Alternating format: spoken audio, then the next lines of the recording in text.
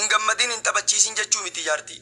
Garuu online kanarratti wayitii mara faarsu wiixata booniyye, kiibxanni booniyye, harbaa booniyye, kamsaa namni gabaa dhaqatulloo booniyye, jum'aa namni masgiida deemullee booniyye.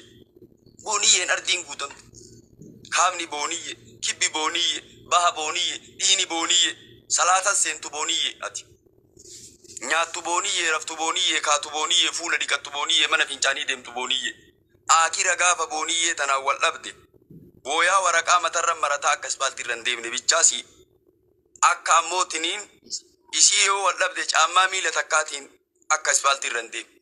Yoo booniyyee wal dhabde akka ammoo qabattoo dagattee surreedhaan ammootiniin osoo qabattoon godhatiin ispaaltiirra akka hin deemne bichaa sii shakkine malee waan biraatii miti. Dhugaadha namni akkanatti itti uf kennee jedhu yoo ammootiniin akkuma waliin jireenyi jiru wal dhabbiin jiru gaafa wal dhabde ammoo booniyyee jedhaa. Masgiida seentu booniyye baatu booniyye zikriin koo booniyye akkan taane. Waan tokko gabaabsanii keerul umuuri awsatu haa jee nabiin kee. Jeddu jireetti amriin martuu amriin jaalatamtuun jeddu jireetti jedhe nabiin kee. Ka isaa baaba illee miti ka gabaabbatellee miti jiddu jireessa deemu. Booniyyeen tun akira deemtee baya waysi dhoggiti gala waysi dhoggiti. Hattan salaatumaa ammoo ati. Way booniyye jettee hidhattaa si shakkin. Way booniyye jettee salaama baafattaa si shakkin nuti. Kana malee nuti jaartii ta'een faarsinii jette faarfadhu karaa keessaati. Nuti amma jaartii booniyyee qabdaayyuu asirra dhageenye nuti. Osoo ati dhageessisuu baattee hoo hin dhageenyu jechaa nuti. Akka ati sii jaalattullee hin dhageenyu jechaati. Nutis ni qabna jaartii. Maruma faarsitee ammoo ganda takka bichaa keessaa kutaa 11 keessaa faarsitee akka waan jaartii shawaa malee hin jirree wayita gootullee nuti kabaale yoo maal goonaa fuunee yeegakkasi. Kaarsii yoo maal goonaa fuunee. Moo ammootiin tashawaadha dhadhaa wayii sii baafti moo daa'ima wayii sii baafti moo namuma tokko dhalti. Namuma akka namaa deetti. Waan biraan deettu. Hin dhageenye warra duraanii keessatti illee zamana boodaa keessatti illee waan daa'ima baasuu fi waan dhadhaa baasuun argine nuti. Ilmuma dhalti jechaadha. Kanaaf waan babbayaanii keenya gabaabbadhuu deemi.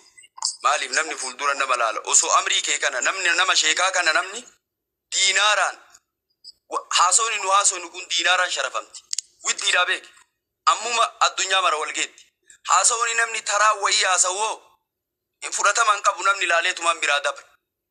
Illaan haasawni nama ammootiin sheekaa kun ammoo yoo waa kakata'u dogongoru taate alama kana keessa diinaaraan dooraaraan sharafamti.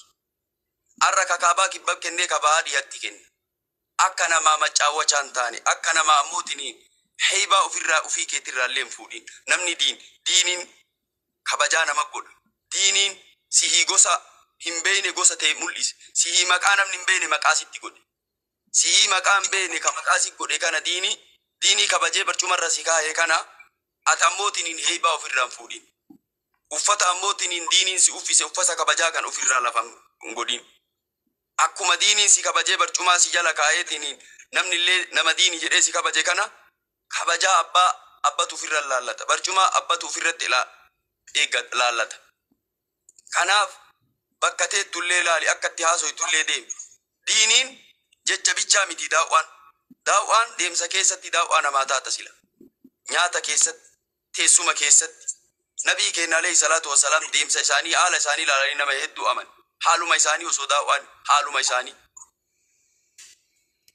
Haalli gaggaariin waanni babbareenni sifti babbareenni namarraa mul'atuun barbaachisa. Hin dogongorani ni dogongoran. Dogongora kana ammootiin ofirra dhaabatanii ilaalanii ani fakkeenya nama akkam tahaa jira. Diin ani baadhe kunoo warqiidhaami. Ashawaa miti. Warqiidha. Diin kanatu warqii si godhesi.